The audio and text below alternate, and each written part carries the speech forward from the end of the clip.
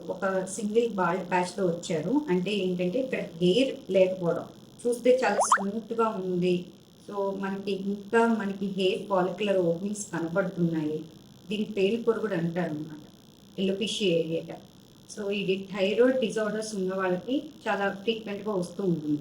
ఒక్కొక్కసారి over night మొత్తం hair ఊడిపోవచ్చు. So, ఇది ఓన్లీ బ్లాక్ హెయిర్‌నే ఎఫెక్ట్ చేస్తుంది. గ్రే హెయిర్‌ని ఎఫెక్ట్ చేయదు. అందుకే మనకు ఒక్కొక్కసారి ఏంటి వైట్ హెయిర్ వచ్చేసింది అనుకుంటాం. గ్రే హెయిర్ ఎఫెక్ట్ అవ్వకపోవడం వల్ల.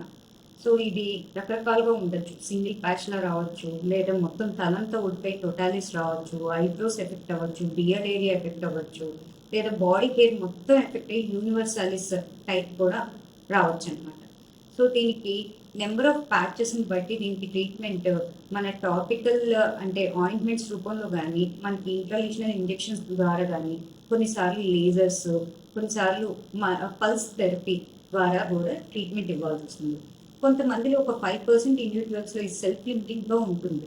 ఒక్కొక్కసారి దీనికి long term even 6 months time period గూడా పడుతుందనమాట.